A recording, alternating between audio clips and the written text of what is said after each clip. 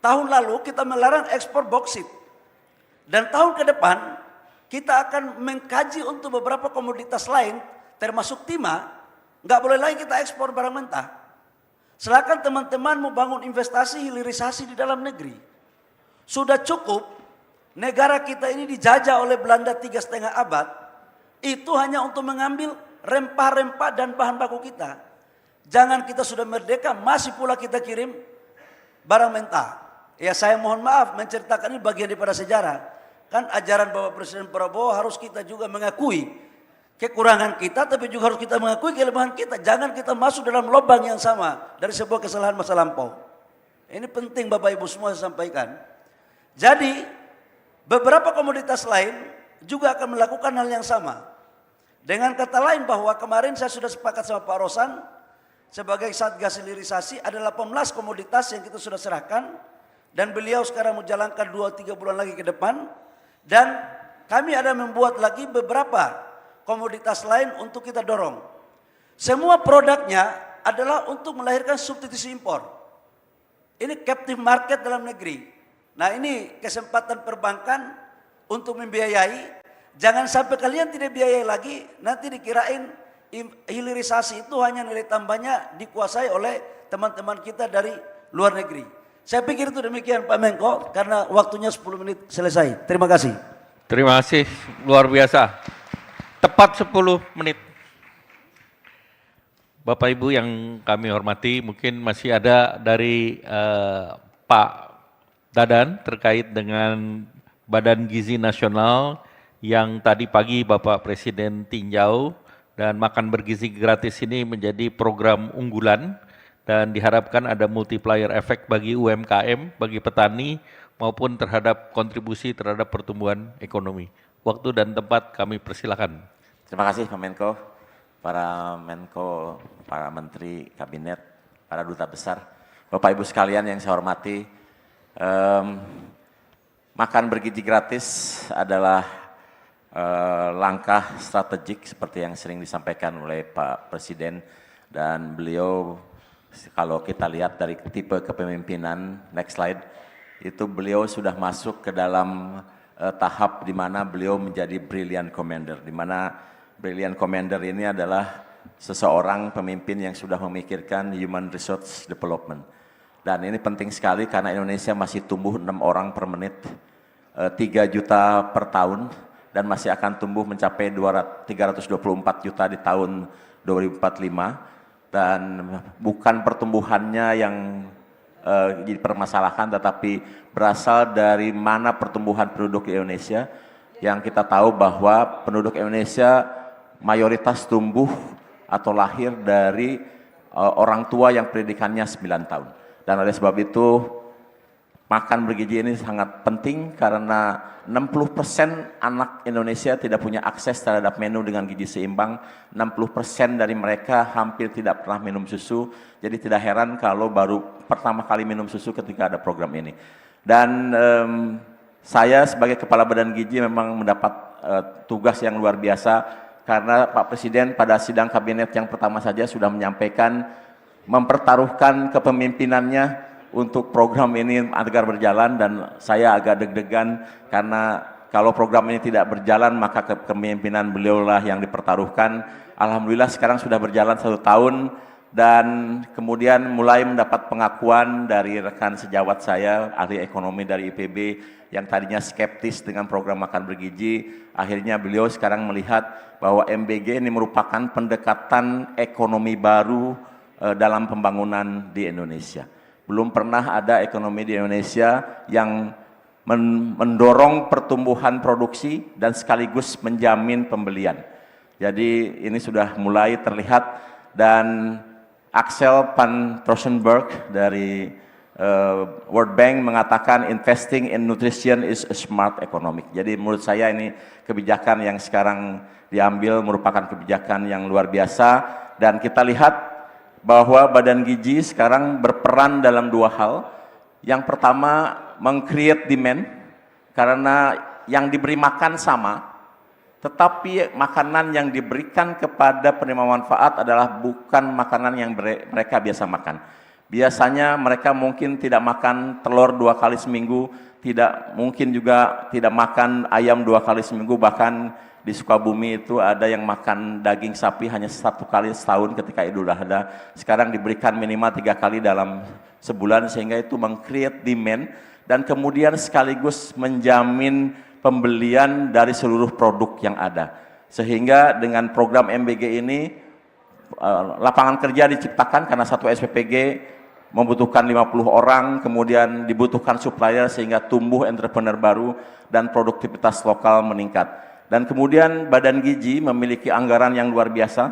Tahun ini kita sudah dianggarkan 268 triliun dengan dana cadangan 67 triliun, sehingga akan mencapai sekitar 335 triliun. Dan jangan lupa bahwa 93% dari anggaran tersebut itu dialirkan oleh Badan Gizi melalui KPPN langsung ke Satuan Pelayanan Pemenuhan Gizi di setiap SPPG, di setiap provinsi, di kampung-kampung, dan uang yang cair kepada mereka rata-rata setiap bulan itu hampir 1 miliar, di mana 70% digunakan untuk beli bahan baku, 20% digunakan untuk biaya operasional termasuk gaji relawan, dan 10% diberikan untuk insentif bagi mereka yang kemudian membangun SPPG di setiap lokasi. Jadi dari tabel yang ada berikutnya, next slide.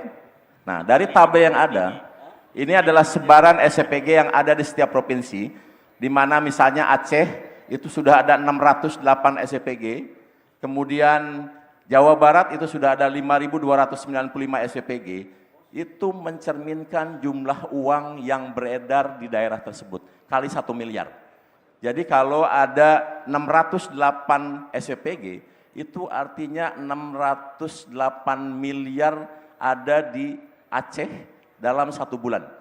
Kemudian di Jawa Barat ada 5.295 SPPG, itu artinya ada 5,295 triliun per bulan di Jawa Barat. Sehingga kalau kita lihat di proyeksi uang beredar saat ini 1,5 bulan, itu kita sudah proyeksikan ada 29 triliun uang sudah beredar di masyarakat, dan masing-masing ini dimiliki dan menyebar merata di seluruh provinsi.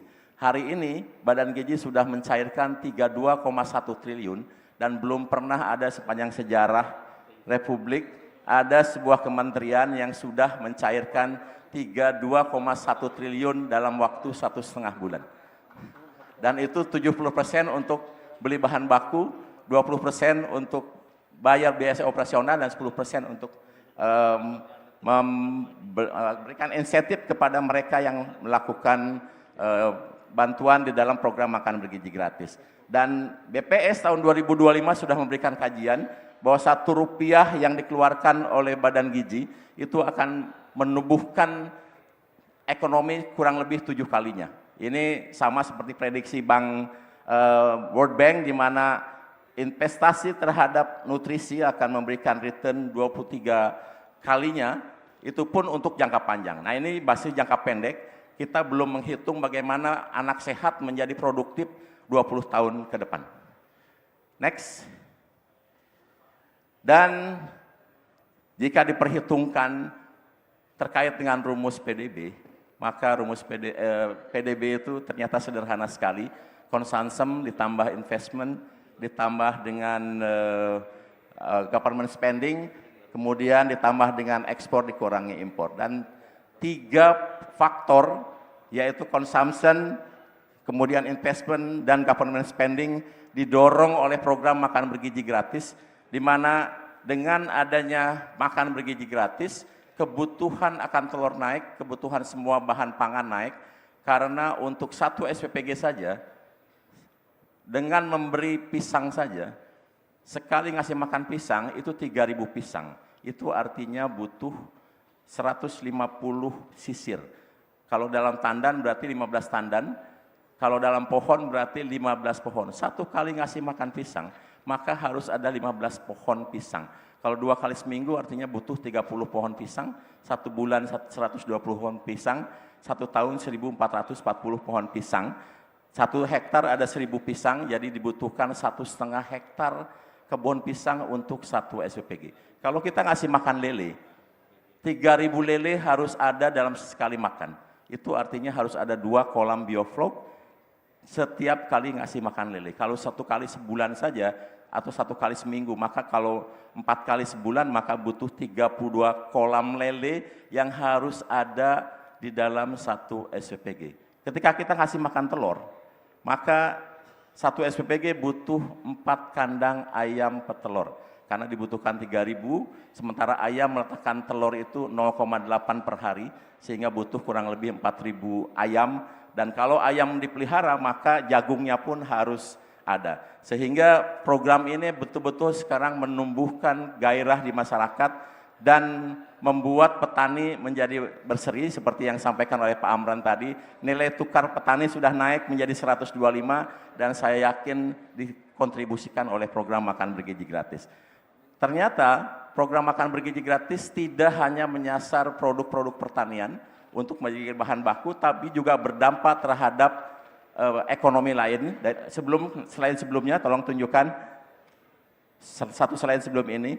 Ternyata dari data AHM, satu slide sebelumnya, kita melihat angka penjualan motor mencapai 4,9 juta tahun 2025 dan ini terdongkrak oleh program MBG. Kenapa? Karena saya dapat laporan di SPPG itu pegawainya sekarang 60% beli motor. Jadi kalau ada 50 orang kali 60% artinya 30 orang beli motor sehingga motornya naik. Kemudian juga berdampak terhadap salah satu merek mobil yang sedang beredar di masyarakat dan itu populer, yang selama ini mungkin tidak laku karena satu SPPG butuh 2 mobil. Kalau sekarang sudah ada 23.000 SPPG, itu artinya dibutuhkan 46.000 mobil jenis itu dan sekarang termasuk mobil yang sulit dicari. Kemudian juga petani hidroponik senang karena naik omsetnya 100%. Kemudian ada pengusaha tahu yang sudah hampir bangkrut sekarang bangkit kembali. Dan kemudian ada juga sekarang pabrik-pabrik susu atau peternak susu di Boyolali, di Bandung sudah membuat susu pasteurisasi dan juga mereka sudah membuat satu cold storage yang bisa memasok kebutuhan susu di mana satu SPPG setiap hari butuh 450 liter susu. Terima kasih. Wassalamualaikum warahmatullahi wabarakatuh.